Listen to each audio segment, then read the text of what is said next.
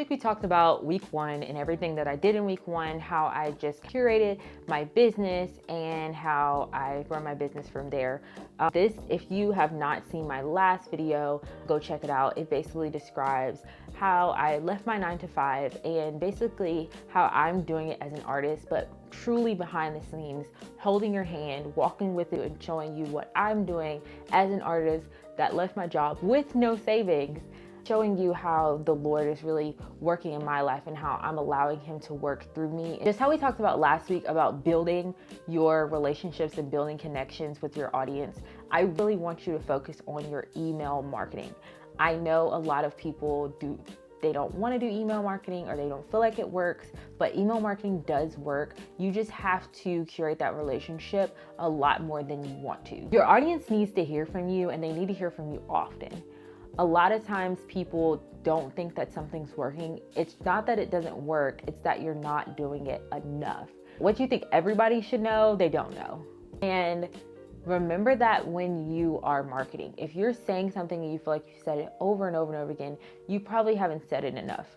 When we think about these big brands and these big companies, how many times do they email us and they reach out to us and they let us know that they have a sale? It's every time, so much so that you want to unsubscribe, but you don't unsubscribe because when you're ready to make a purchase, they will be there and they will update you.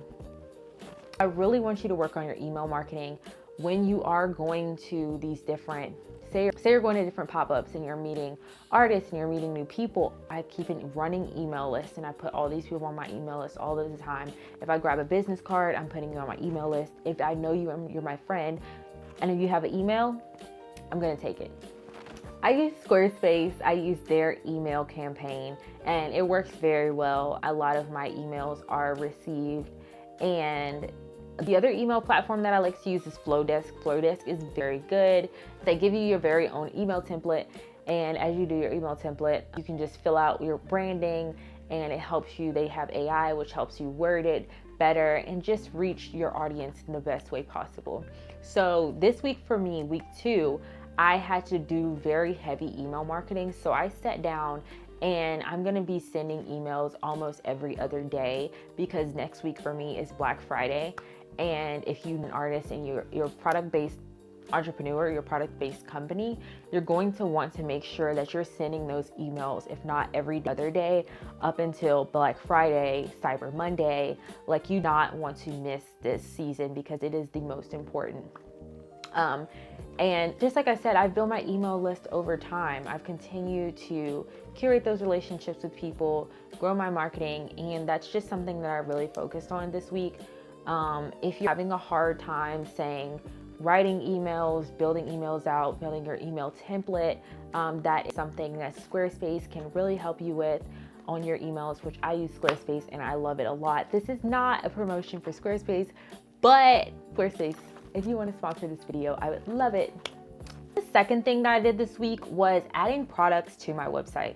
You want to have high tier options, mid and low tier options. That way, any person that comes on your website, if they say this is too expensive, then they have something at the mid tier. If somebody's at the mid tier, needs something a little bit lower and they want a small gift, you have that option as well. That's why it's so important to sit down, build out your website, build those things, and make sure that you're able to market those to people. If you do not have a website and you're just a person that likes to use Etsy, which is totally fine, or if you are just a person that kind of sells through DMs and Instagrams, you do want to make sure that your audience has somewhere else to go. Even if you have an Instagram, you need a landing page, you need somewhere that they can look at your products and buy your products, because just on Instagram, more times than not, they're not going to just regularly DM you. If you are getting DMs, please let me know. But they're not just going to regularly DM you. They're there to consume. They're not there to buy. You have to make somewhere where they feel like this is somewhere where I would buy something, not somewhere where I'm just here to just be a consumer. I use Printful to create this calendar. So I took my prints and I made them into a 2026 calendar. This was my first time getting a calendar from Printful, and the quality came out good. There's lots of texture in my paintings, so that's something specifically that I look for. So if you're looking for a calendar, a print, Printify, Printful does very well with that. I use Printify to, and this probably will clash, but I'm just gonna let y'all know all the tea. So I use Printful for my calendar, and I use Printify for my ornaments because I needed a textured wooden ornament, and Printify was better for that. So you do have to play around with different print on demand companies because different print on demand companies offer different things, different qualities. In my personal opinion, I wouldn't just stick to one, because if you just stick to one, then when you do want to do something different, like a calendar or an ornament or a candle, and you're just stuck with one print on demand company, then you might not get the overall quality that you're looking for just because you're trying to stick with one print on demand. So that's okay. You have to just try different things. That's what I'm doing. And media is a big one. I know that last week I was really feet to the ground, maybe that you're getting out there, you're talking to people, you're building those relationships. But this week I really was focused on how can I curate my relationship online with people now that I have the time to. So social media is something that you can do that with. You really need a content calendar, you need a plan in order how you're going to post. So I am creating this marketing booklet. If you're interested, please let me know. It will the first one will probably be free just to kind of guys like it. If you're interested in that, on how I curate my content and how I ask myself these questions in order to make sure that my is reaching the audience that I want them to, then let me know. So really been building out my content, making sure you have to build out your content. You have to make sure that you are doing it consistently. I know that social media is difficult. I know that it's hard to do. I know that it feels like every time you post, you're not getting a lot of views.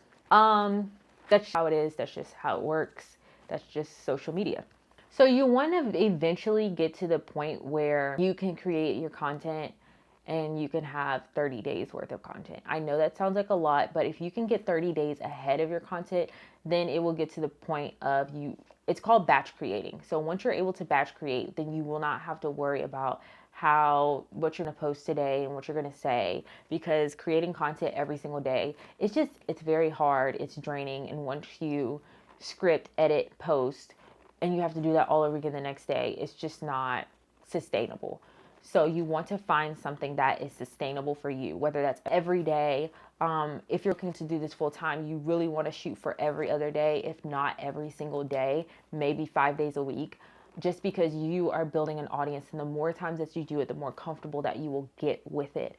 I will do a series going over how I batch create content, but I don't have a lot of time in this video, so we're just going to stop right there. Last thing is finding time to still be creative. A lot of times when people go into leaving their 9 to 5, you are doing all of the things and you do not have the time to be creative. You have to make a time block in your day to say, this is the time where I am being creative. So I have like 2 to 3 is my admin time, and then 4 to 6 is my painting time.